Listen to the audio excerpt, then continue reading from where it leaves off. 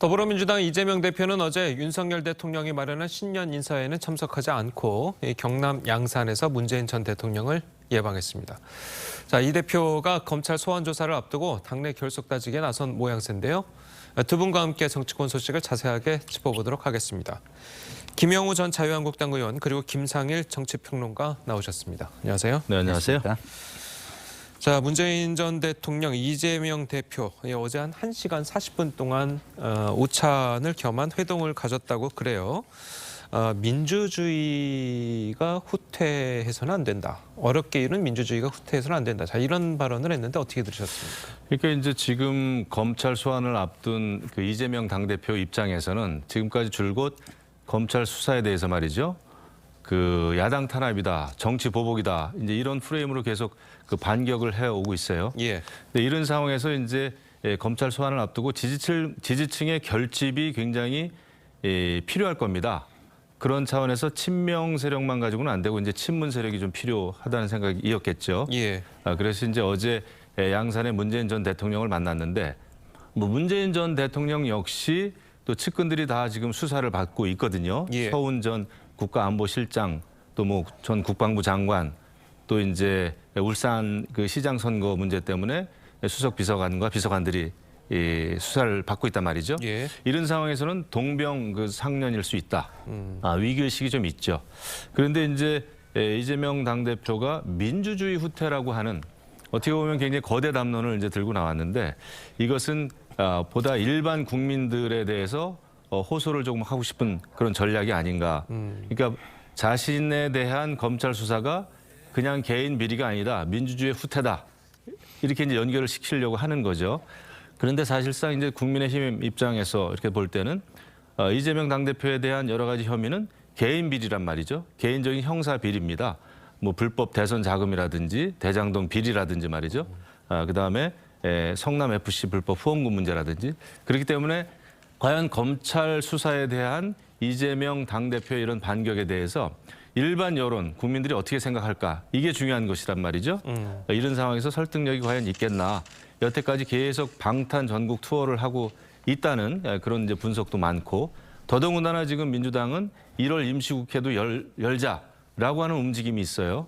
그렇게 봤을 때는 결국은 이재명 당대표가 안고 있는 사법 리스크 이거에 대해서 민주당의 또 다른 의원들은 지금 굉장히 소가리를 좀 하고 있다. 이 사법 리스크를 우리가 전체가 지금 민주당 전체가 떠안아야 되냐 말이죠. 이런 좀 그런 굉장히 불만들이 섞여 나오고 있는 것 같아요. 알겠습니다. 자, 그래도 이제 문 전 대통령이 이재명 대표와 이제 만난 것은 문 전 대통령이 이 대표에게 뭐 검찰 소환 조사를 앞둔 이 대표에게 힘을 좀 실어줬다. 자, 이렇게 좀 해석을 해도 되겠습니까? 글쎄 뭐 그런 해석을 원해서 그 이재명 당대표가 가신 거겠죠. 근데 예. 이제 뭐 그렇게 해석을 할 수도 있고 그냥 뭐 덕담을 했다 이렇게 해석을 할 수도 있어요. 왜냐하면 뭐 저도 참모 생활을 오래 해봤지만 신년 벽두에 어떤 이벤트를 통해서 기사화를 시키고 이미지를 좀 좋게 만들고 한다고 한다면 어떤 이벤트를 하겠습니까? 당내 어른이나 아니면 어떤 한 축을 이루는 지도자나 이런 사람을 찾아가서 어떤 덕담을 듣는 것. 그걸 또 정치적 메시지로 이렇게 바꿔서 보도자료를 내거나 홍보를 할 수 있는 것. 그런 걸 당연히 기획하겠죠. 예. 그런 차원에서 잘한 이벤트다 이런 생각이 들고요. 뭐 이거를 굳이 뭐 방탄을 위해서 더 강하게 위해서 그랬다 이렇게 공격하는 쪽도 있지만 저는 뭐 그거 아니더라도 당연히 이런 이벤트는 모든 참모가 기획할 수 있는 이벤트다. 저는 이렇게 좀 말씀을 드리고 싶고 예. 새해 첫 출발을 어른들과 그리고 조금 진영이 달라 보이는 쪽과 통합해서 첫 출발을 함께 힘차게 한다라는 차원에서는 좋은 기획이었다고 저는 생각합니다. 알겠습니다. 자, 그런데 이 어제는 또 이제 윤석열 대통령의 신년 인사회도 있었습니다. 자, 그런데 이제 이 불참 이유를 두고 이재명 대표와 민주당은 이렇게 말을 했습니다. 들어보시겠습니다. 오늘 윤석열 대통령께서 신년 인사회 진행하시는데 거기 참석하지 않고 오늘 문재인 대통령 예방을 결정하신지 이유가 궁금합니다. 처음 듣는 얘기인데요. 신년 인사회에 여러 사람들하고 인사회 하는데 저를 오라고 했다고요? 신년 인사회 얘기는 처음 듣는 얘기인데. 저희가 다른 일정이 있어서 굳이 뭐 피할 이유는 없었습니다. 그런데 저희한테 통보되는 방식이 이메일로 통보가 되었고 야당 지도부를 초청하면서 전화 한 통 없이 이메일을 띡 보내고 덜렁 보내는 그런 초대 방식은 좀 이해할 수 없다는 점. 예, 지금 저 기자회견 내용만 좀 들어보자면 이재명 대표는 윤석열 대통령이 이제 신년 인사회에 이제 초대한 것을 모르고 있었던 것 같아요. 모르고 있었던 것 같고 이 비서실 차원에서 아예 그냥 그 대표한테 보고도 하지 않고 신년 인사회를 불참하는 것으로 이제 결정한 것 같은 뉘앙스로 이제 보이는데 어떻게 보셨습니까?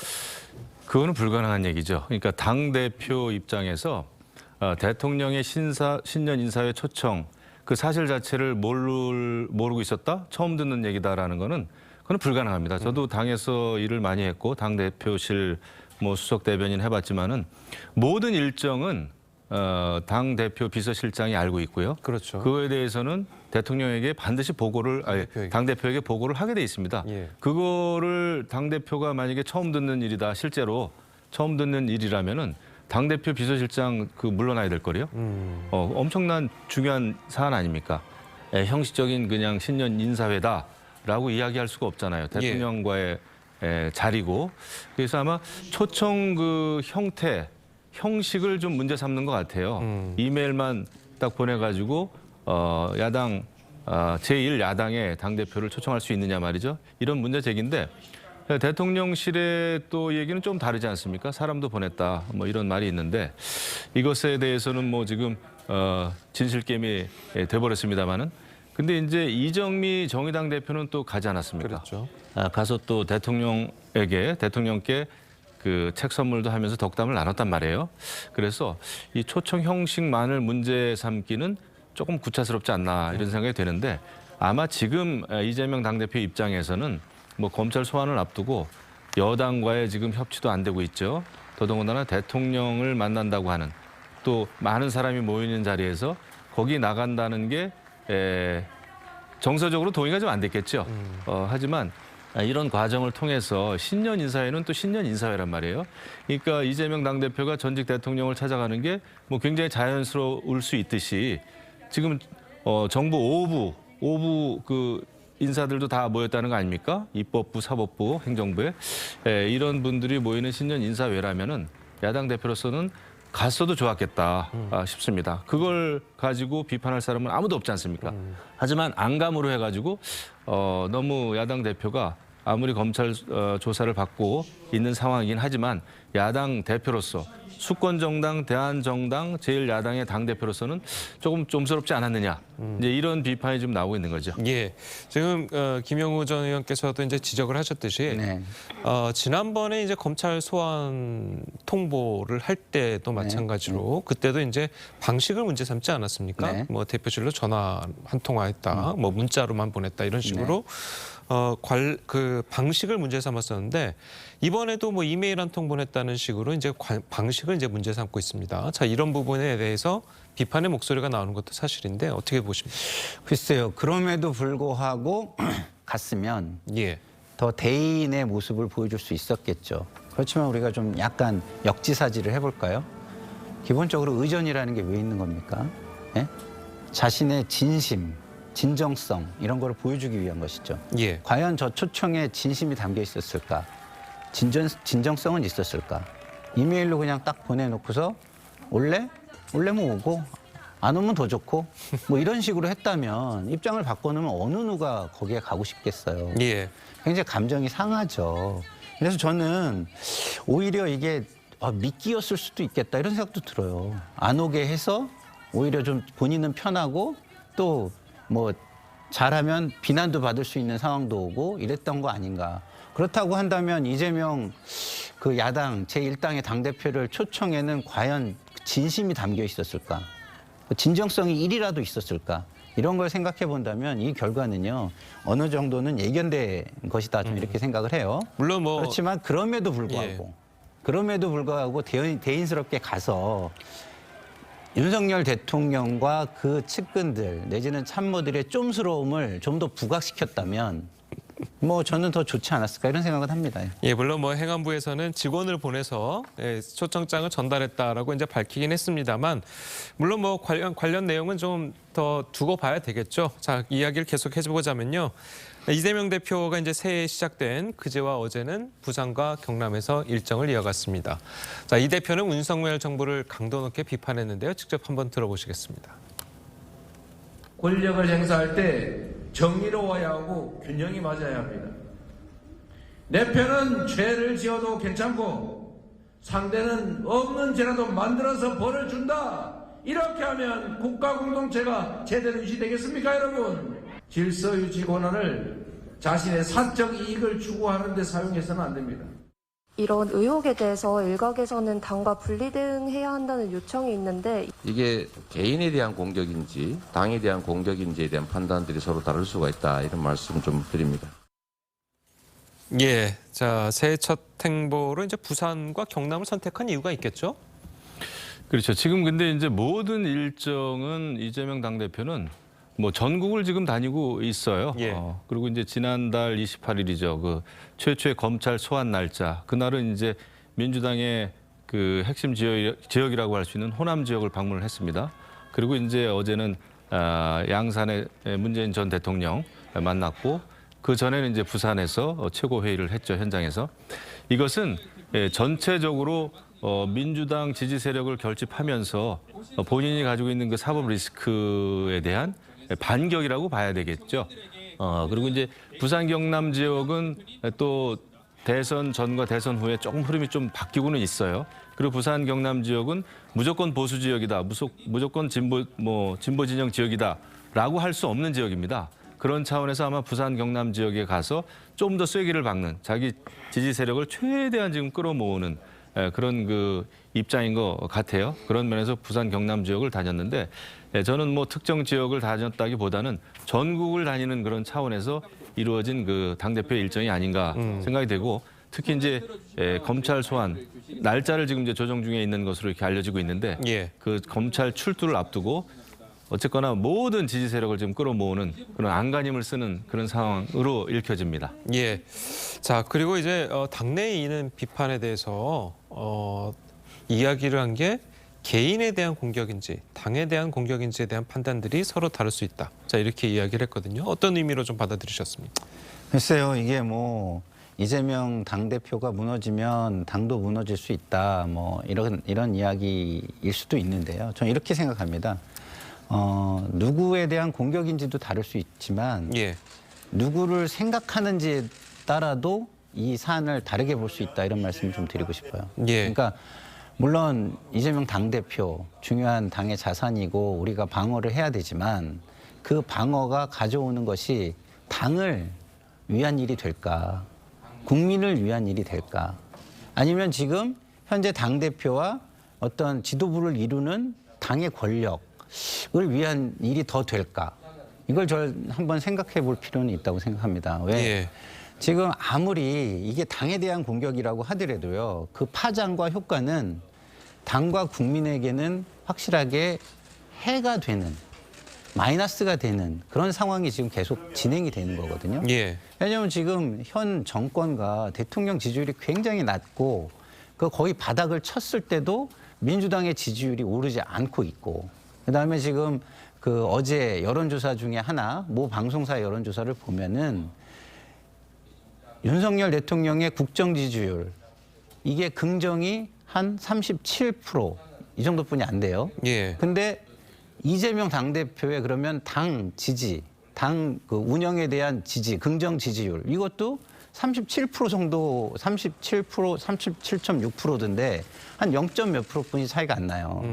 그러면 과연 우리가 윤석열 대통령이 국정 운영을 너무 못한다라고 얘기를 하면서 그러면 당 운영을 통해서 국민에게 희망과 대한정당의 모습을 보이고 있는가? 이 부분은 제가 볼 때는 당대표로서 내지는 지금의 당 지도부를 이루는 분들은 한 번쯤 깊게 고민을 해볼 필요가 있고 이것이 방어를 하는 거는 굉장히 좋은데 방어를 좀 더 효율적으로 하면서 당도 살고 방어도 제대로 할 수 있는 방법은 없는가, 이것도 깊이 고민할 필요는 있겠다, 이런 생각이 듭니다. 예, 알겠습니다.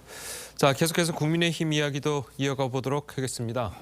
3월 8일 전당대회를 앞두고 이제 새해 벽두부터 당권 주자들이 바쁘게 움직이고 있는데요.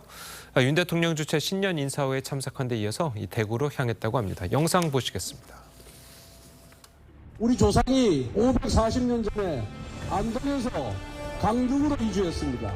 그리고 저 처가가 구입니다. 구입 선산입니다. 뭐 이 정도 되면 TK 아닙니까, 여러분들? 제가 모태 TK더라고요. 저희 어머님이 저를 가지셨을 때 저희 아버님이 대구 비행장에서 근무하셨습니다. 제 수술복이 흠뻑 젖도록 열심히 대구 시민들과 함께 노력한 결과 우리가 코로나 1차 대란 물리칠 수 있었습니다. 저는 수도권 인천에서 왔습니다. 어머니 고향은 의성입니다. 내 어머니 고향이 보수의 신자 TK인 것에 대해서 항상 자부심을 느낍니다. 예. 자, 이 여당 당권 주자들이 이제 새해 벽두부터 보수의 심장이죠. 대구를 찾았습니다. 자, 이 얘기를 들어보니까 전부 다 본인들이 이제 TK의 적자라고 이렇게 얘기를 하는데 이런 이유가 있겠죠? 이게 저도 들어보면서 원조 족발집이 생각이 나네요. 원조 TK, 모태 TK, 뭐 또 어머님 고향 뭐 이렇게 나오는데 선거철이 이제 돌아왔습니다. 그 선거 때는 이제 모든 인연을 다 동원하죠. 뭐 저도 이제 예전에 당대표 뭐 나가고 그랬습니다만 다 똑같습니다. 그리고 특히 이제 TK 지역은 책임 당원의 40% 정도가 예. TK 지역이란 말이죠. 그리고 이제 누가 뭐래도 보수 지역의 텃밭이죠. 그러다 보니까 거기에 상당히 이제 올인을 하지 않을 수 없는 현실적인 그런 그 상황인데, 근데 이제 더더욱 중요한 것은 당대표 아닙니까? 집권 여당의 당대표면은 전국을 대상으로 해야 되는 것이고, 또 우리 당이 또 우리 대한민국이 처한 이 상황에 대해서 문제의식을 가지고 거기에 해답을 만들어가는 그런 그 당의 수장이기 때문에 이런 또 특정 지역에 이렇게 몰입하는 게 좋아 보이진 않아요. 현장에서의 반응은 좋았을 겁니다. 우리 어머니 고향이 의성이다 그러면은 거기에 있는 분들이 굉장히 그 감정이입이 되지 않습니까? 그럼 박수를 받을 수는 있을 텐데 저는 뭐 선거 때니까 나오는 현상이라고 보고요. 하지만은 더 크게는 정말 우리 대한민국이 처한 이 상황에 대해서 나침판을 제시할 수 있는, 방향을 제시할 수 있는 그런 이제 리더가 필요한 것이고, 특히 지금 대통령의 국정 어떤 운영 기반이 지금 아직은 허약합니다. 국회에서 지금 소수다 보니까 대통령, 그러니까 정권은 바뀌었죠. 대통령이 바뀜으로 해가지고 당도 야당에서 여당이 됐습니다만은 굉장히 지금 허약하거든요. 이런 허약한 정당의 리더가 되는 게 어떤 길인지, 이거에 대해서 이제 좋은 그런 그 선의 경쟁을 해주길 바라죠. 예, 알겠습니다. 자, 그리고 이제 유승민 전 의원 얘기를 좀 해보자면 어제 저 영상에 나왔던 이제 대구에는 이제 유승민 전 의원은 참석하지를 않았습니다. 네, 그렇죠. 자, 참석하지를 않았는데 유승민 전 의원 가족들이 이 출마를 좀 반대하고 있다고 그래요. 이게 본인이 이제 당원 투표 100%로 이제 전당대회 룰이 이제 변경되면서 이제 상당히 불리한 상황이고, 그렇죠. 그리고 요즘 들어서 이제 지지율도 뭐 정체 혹은 떨어지는 목을 보이니까, 자, 이게 과연 출마를 할까 안 할까도 굉장히 고심일 것 같은데 좀 어떻게 예측을 하십니까? 글쎄요, 최근에 이렇게 나오는 이야기를 들어보면 출마를 안 하실 가능성이 굉장히 높아 보여요. 근데 저는 그러면 안 된다고 생각합니다. 본인이 방송에 나와서 이거의 부당함을 굉장히 많이 말씀하셨잖아요. 예. 그러면 그 부당함이 무엇인지를 정확하게 이야기를 해서 정치적 의미와 자산을 쌓아야 된다고 저는 생각하거든요. 그런데 조금 제가 보면 그 인터뷰를 하시면서 좀 과하셨던 것 같아요. 예. 과거 이준석 전 대표가 생각날 정도로 대통령을 공격을 했거든요. 그러면 당신이 윤 대통령을 보완할 수 있는 보완제임에는 틀림이 없는데, 보완제로서 본인을 선보인 게 아니라 오히려 대통령을 공격하는 공격자로서 선을 보인 셈이 돼버렸어요. 예. 그렇기 때문에 지금 저는 뭐 김기현 의원의 지지가 좀 오른다 그러는데 그거는 제가 볼 때는 유승민 의원에 대한 반감. 그렇기 때문에 그 대통령에 대한 어떤 결집으로 다시 나타난 거 아닌가 이런 생각이 드는데요. 예. 저는 유승민 의원의 출마가 만약에 이 정도로 허약한 거였다면 그 전에 방송에 나와서 대통령에게 과한 표현을 쓰면서까지 이야기를 왜 했을까 이런 생각이 저는 드는 거죠. 예. 자, 그리고 이제 나경원 전 의원 출마 여부도 이제 관심이잖아요. 나경원 의원이 이제 최근 들어서 여론조사를 보면 다 이제 선두에 위치하고 있는데 본인은 정작 이제 출마에 대한 이야기를 안 하고 있단 말이에요. 좀 어떻게 예측을 하십니까? 윤심을 좀 살피는 것 같은데요. 그리고 이제 현실적으로 이제 공직을 2개나 맡고 있단 말이에요. 예. 이런 상황에서 당대표에 뛰어든다고 하는 것이 부담은 있을 겁니다. 그리고 이제 대통령 입장에서는 공직을 맡아줬으면 좋겠다라는 차원에서 지금 뭐 몇 달짜리 공직을 맡긴 거는 아니란 말이죠. 그렇죠. 이런 상황에서 아마 고민이 될 것 같아요. 하지만 뭐 인지도는 있는 상황에서 당내 또 여론은 좋죠. 나경원 전 의원은. 그러다 보니까 현실적인 고민을 하겠죠. 정치인으로서. 그런 차원에서 아마 여러 가지 갈등을 좀 겪고 있는 상황이 아닌가. 하지만 끝까지 저는 알 수 없다고 봅니다. 나경원 전 의원이나 유승민 전 의원은 아마 유불리를 따져볼 것 같아요. 진짜 출마했을 때 당내 분위기가 어떻게 돌아갈지는 또 그때 가봐야 하는 거거든요. 그렇죠. 정치에서 2달은 굉장히 긴 시간이기 때문에 계속 저울질을 하고 있는 게 아닌가 그런 생각이 드네요. 예, 알겠습니다. 자, 오늘 두 분 말씀은 여기까지 듣겠습니다. 잘 들었습니다. 고맙습니다. 감사합니다.